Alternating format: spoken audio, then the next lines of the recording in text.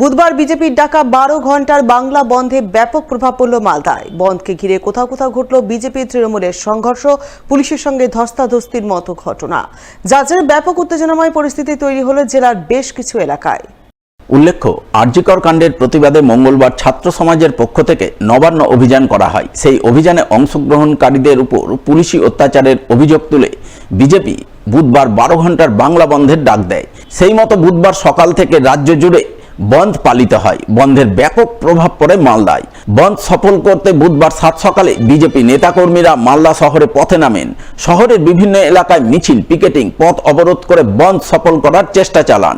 পাল্টা জোর করে বন্ধ করার চেষ্টা ভেস্তে দিতে তৎপর হয়ে ওঠে পুলিশ প্রশাসন। বিশাল পুলিশ বাহিনী পিকেটিং ও পথ অবরোধকারীদের রাস্তা থেকে সরিয়ে দেওয়ার চেষ্টা করে, যার জেরে সাত সকালে ব্যাপক উত্তেজনা ছড়ায় মালদা শহরের রথবাড়ি মোড়ে।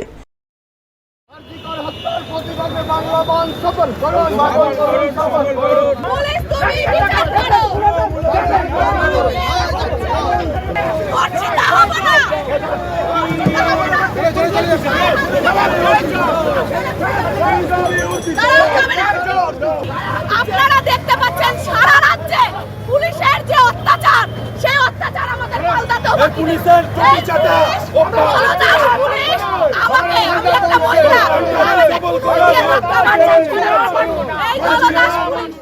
তবে শুধু রথবাড়ি মোড়েই নয়, মালদা শহরের সুকান্ত মোড়েও ব্যাপক উত্তেজনার ছবি নজরে আসে। বিজেপি নেতাকর্মীরা জোর করে পথ অবরোধ করে বন্ধ সফল করার চেষ্টা করতেই বাধা দান করে পুলিশ, যাকে কেন্দ্র করে ধুমধুমার উত্তেজনাময় পরিস্থিতি তৈরি হয়। ওই সময় পুলিশ বিজেপির মহিলা মোর্চার নেত্রী সুতপা মুখার্জিকে আটক করে পরিস্থিতি নিয়ন্ত্রণে আনে।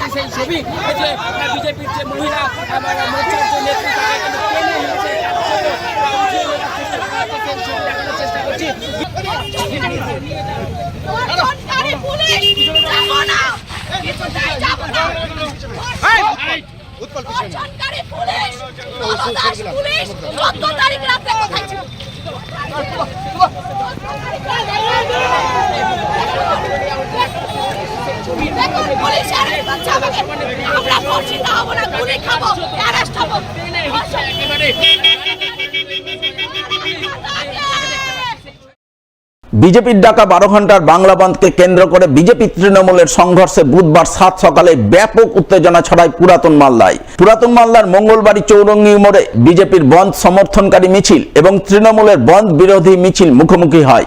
আর ঠিক তখনই পুলিশের সামনেই দুদলের কর্মীরা ব্যাপক সংঘর্ষে জড়িয়ে পড়েন, যাকে কেন্দ্র করে কার্যত ধুমধুমার পরিস্থিতি তৈরি হয়।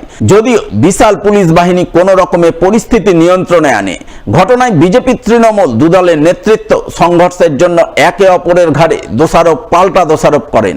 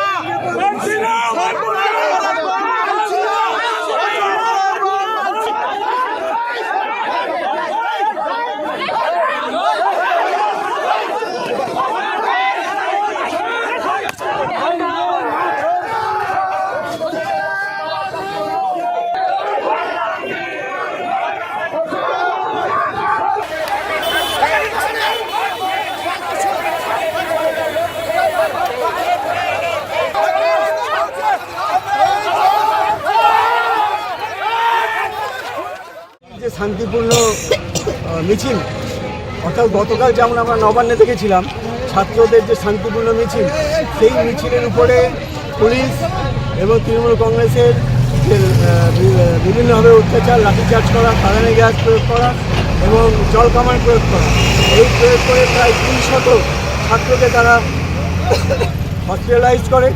আজকে তারই প্রতিবাদে আজকে সারা বাংলা জুড়ে 6টা থেকে 6টা পর্যন্ত যে 12 ঘন্টার বন্ধ, মানুষের ডাকা যে 12 ঘন্টা বন্ধ ডাকা হয়েছে, সেই বন্ধের সমর্থনে আজকে এখানে এই অঞ্চলে একটা মিছিল, শান্তিপূর্ণ মিছিল সেখান থেকে যাচ্ছিল। এমন সময় তৃণমূলের গুন্ডাবাহিনী তারা এসে শান্তিপূর্ণ মিছিলের উপরে চড়াও হয় এবং চড়াও হয়ে সমস্ত কিছু আজকে তাদের আমাদের কর্মীদের উপরে চড়াও হয়ে মারধর করে এবং এই মিছিলকে যাতে না যেতে পারে, অর্থাৎ 12 ঘন্টা বন্ধ যাতে সফল হতে না পারে, তার জন্য তারা বিভিন্ন রকমভাবে চেষ্টা চালিয়ে যায়। আজকে শান্তিপূর্ণভাবে সকাল থেকে বাংলা বন্ধের সপক্ষে মিছিল চলছে আমাদের ভারতীয় জনতা পার্টির। দেখছেন বাংলা জুড়ে, সারা বাংলা জুড়ে মিছিল হচ্ছে, আর তৃণমূল কংগ্রেস এই মিছিলের উপরে হামলা চালাচ্ছে। মিছিলে যারা ছিলেন তাদেরকে ছত্রভঙ্গ করেছে মারধর করে। আমাদের অনেকের এখানে হাতে লেগেছে, কারো পায়ে লেগেছে, কারো হচ্ছে যে পিঠে লেগেছে, সামনাসামনি মাথায় আঘাত করেছে। কি চাই তৃণমূল কংগ্রেস? তারা কি খুনির পক্ষে থাকতে চায়? তারা কি আজকে হচ্ছে যে ধর্ষকের পক্ষে থাকতে চায়? করুক না, তা মানুষকে জানাক যে আমরা ধর্ষকের পক্ষে আছি, খুনির পক্ষে আছি, বলুক না সরাসরি। আজকে এটা না করে ওরা রাস্তায় নেমে কি করছেন? রাস্তায় নেমে আমাদের উপরে হামলা চালাচ্ছেন কেন? আমরা তো এখানে ধর্ষকের অবিলম্বে তার শাস্তির দাবি করছি। আমরা দেখতে পাচ্ছি যে সিবিআই যখন তদন্ত করছে, একটার পর একটা রাঘব বোয়ালের নাম আসছে। এই রাঘব বোয়ালের নাম উঠে আসতেই তৃণমূল কংগ্রেস আজকে হচ্ছে তারা মাটি আজকে দেখছে যে পায়ের তলার মাটি সরে যাচ্ছে।